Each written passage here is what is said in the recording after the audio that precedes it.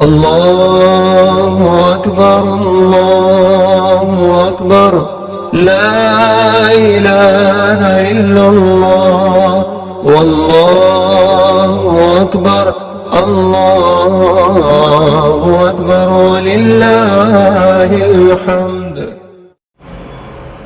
मालेगांव शहर पर अल्लाह का बहुत बड़ा कर्म है कि आज हम लॉकडाउन के हालात में भी कोरोना जैसी महामारी के दौरान हमारा शहर पूरी तरह महफूज है।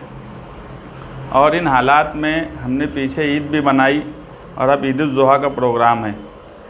मैं सबसे पहले तो अहलियान शहर को मुबारकबाद देता हूँ कि ईद उल ज़ुहा की बहुत बहुत मुबारकबाद जनता दल सेकुलर और महागठबंधन आघाड़ी की तरफ से। और सभी साहबे हैसियत से गुजारिश करता हूँ कि जो भी कुर्बानी करने वाले हैं वो मालेगांव शहर में ख़ास तौर से झोपड़पट्टी के एरिए में और गरीबों का पूरा ख्याल रखें, वहाँ तक गोश्त पहुँचे इसका ख्याल रखें और मालेगांव शहर में पूरी ताकत से कुर्बानी करें। कोई दुश्वारी मालेगांव शहर में ऐसा लगता नहीं है कि है, और अगर कोई दुश्वारी आई तो हम उससे निपट भी लेंगे। ये शहर हर वक्त हर महाज पे हर चीज़ से निपटने की ताकत रखता, यही इस शहर की खासियत है जिसे हमें कायम रखना है।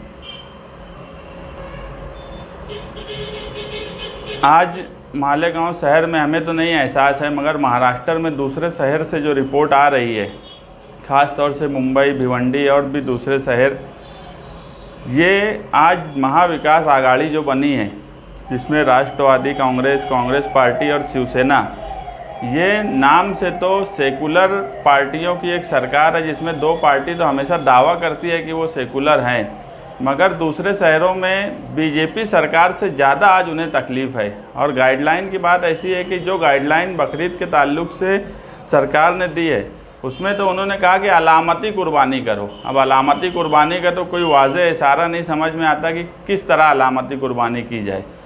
बाद में शरद पवार साहब ने एक मीटिंग लेकर मुस्लिम एमएलएस की और ये हुआ कि नई गाइडलाइन आएंगी जो कि आज तक नहीं आई। अब एक दिन बचा है बकरीद का, तो कहीं ना कहीं जो सरकार आज है उसमें जो दो पार्टियां सेकुलर है उनका सेकुलरिज्म नहीं चल रहा है, शिवसेना की फ़िरका परस्ती खुल कर आ रही है और कहीं ना कहीं ये दोनों पार्टियां शिवसेना की फ़िरका परस्ती के दबाव में काम कर रही हैं।